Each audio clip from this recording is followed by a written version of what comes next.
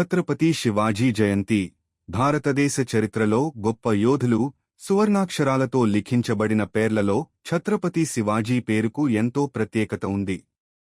ఆయన పేరు ఉంటే హిందూ మతం ఉత్సాహంతో ఉప్పొంగిపోతుంది. చిన్నతనంలోనే మొఘలుల దాడులలో హిందూ మతం అంతరించిపోతుందని, వారితో యుద్ధంలో ఓడిపోయి అందరూ చేతులెత్తేసిన వేళ శివాజీ మహారాజు మండే నిప్పు కణికలా దూసుకొచ్చాడు. మొఘల్ రాజులతో ఎంతో వీరోచితంగా పోరాడాడు. అందుకే హిందూమతాన్ని కాపాడిన ఘనత ఒక్క మరాఠా మహారాజు శివాజీకే దక్కుతుందనడంలో ఎలాంటి అతిశయోక్తి లేదు. అందుకే ఆ యోధుడి జన్మదినోత్సవాన్ని భారతదేశ వ్యాప్తంగా ఒక వేడుకలా జరుపుకుంటారు. ముఖ్యంగా మహారాష్ట్రలో ఒక పండుగలా నిర్వహిస్తారు. చరిత్రను పరిశీలిస్తే 1674లో శివాజీకి చక్రవర్తిగా పట్టాభిషేకం జరిగింది. అంతటి గొప్ప వీరయోధుడి 394వ జయంతి నేడు. ఈ సందర్భంగా ఆయన పుట్టినప్పటినుంచి వీర మరణం పొందే వరకు ఎలాంటి విజయాలు సాధించారనే ఆసక్తికరమైన విషయాలను ఇప్పుడు తెలుసుకుందాం. క్రీస్తు శకం 1630లో ఫిబ్రవరి 19వ తేదీన మహారాష్ట్ర పూణే జిల్లాలో ఉన్న జనార్లోని శివనేర్ కోటలో జిజియాబాయ్, షహాజీ దంపతులకు శివాజీ జన్మించారు. ఆయన తల్లి క్షత్రియ వంశీయురాలు.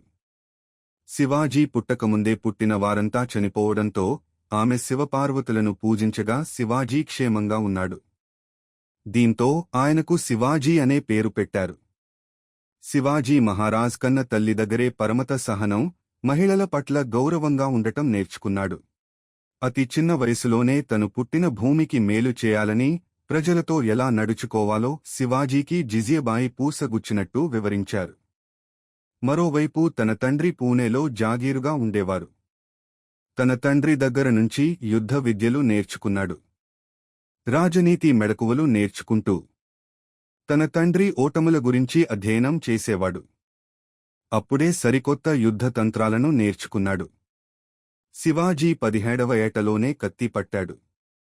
అంతేకాదు 1000 మంది సైన్యంతో వెళ్లి బీజాపూర్కు చెందిన తోర్నా కోటను స్వాధీనం చేసుకున్నాడు. ఆ తర్వాత 3 ఏళ్లలోపే రాజ్గఢ్, కొండన ప్రాంతాలను చేజిక్కుంచుకుని పూణే ప్రాంతాన్ని తన స్వాధీనంలోకి తెచ్చుకున్నాడు.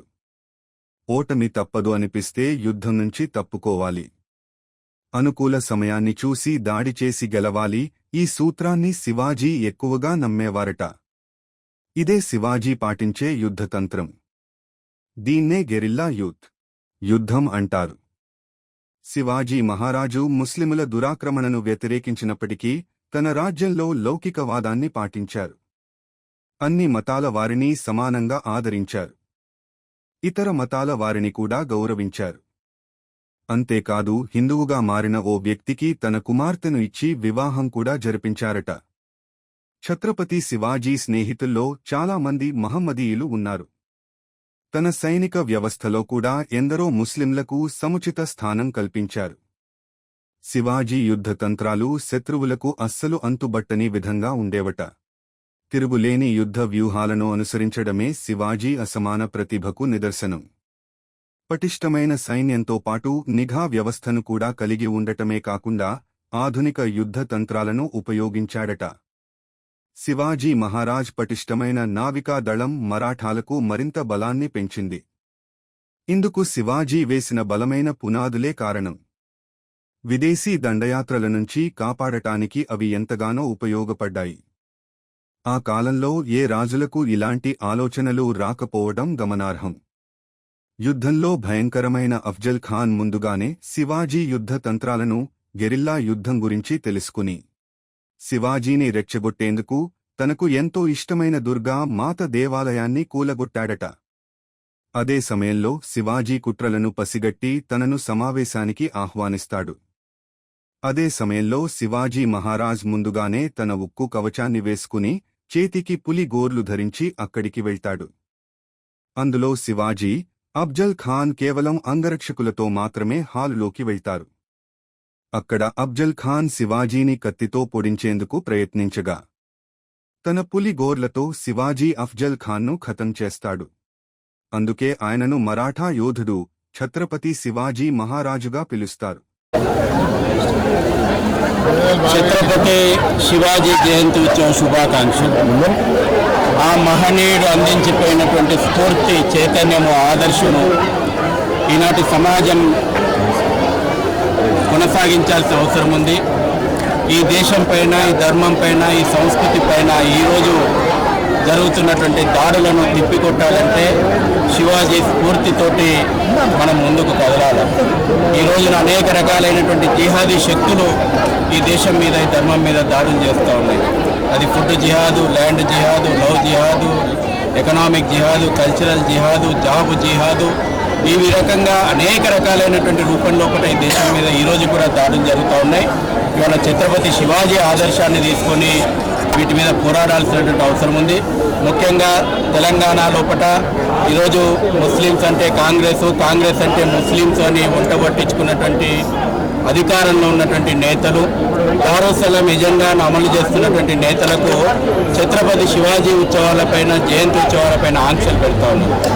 ఈ మధ్యకాలంలో కూడా విగ్రహాల తొలగింపు, ఎల్బీ నగర్ ప్రాంతంలో కూడా ఇప్పటికీ అనేక చోట్ల పోలీసు పికెటింగ్లు పెట్టేసేసి విగ్రహాలను తొలగించేటువంటి పనికి పూనుకుంటున్నారు. ఎందుకంటే మొఘల్ వారసులకు గజనీ, గోరీ, తుగ్లక్, ఖిల్జీ, బహుమని, సుల్తాన్, పఠాన్, నిజాం, రజాకార్ వారసులకు శివాజీని చూస్తే భయం పుట్టుకున్నది. ఖచ్చితంగా కదలి వస్తున్నటువంటి వేలాది మంది యువ కిషోరాలు వెనుకడిగేసేటువంటి ప్రసక్తి లేదు. మీ యొక్క రజాకార్ ఎజెండాను పొందబెడతాము. ఛత్రపతి శివాజీ ఆదర్శాన్ని తీసుకొని ఈ దేశాన్ని, ధర్మాన్ని రక్షించుకుంటాం. ఛత్రపతి శివాజీ జయంతి సందర్భంగా ఇక్కడికి వచ్చిన పెద్దలు, బిహెచ్పి పెద్దలు శిషన్నకు, నవీన్ శర్మ అయ్య గారికి, రాజరాజేశ్వరి పీఠం జిల్లా అధ్యక్షులు శ్రీనివాస్ రెడ్డి గారికి, కొప్పుల నరసింహారెడ్డి గారికి, రవీందర్ గౌడ్ గారికి, వనస్థలిపురం డివిజన్ అధ్యక్షులు, బిఎన్ రెడ్డి డివిజన్ అధ్యక్షులు, హస్తనాపురం డివిజన్ అధ్యక్షులు గారికి, కార్యకర్తలకు, అన్ని కాలనీలకు వచ్చిన పెద్దలకి, అన్ని హిందూ బంధువులందరికీ హృదయపూర్వక నమస్కారాలు.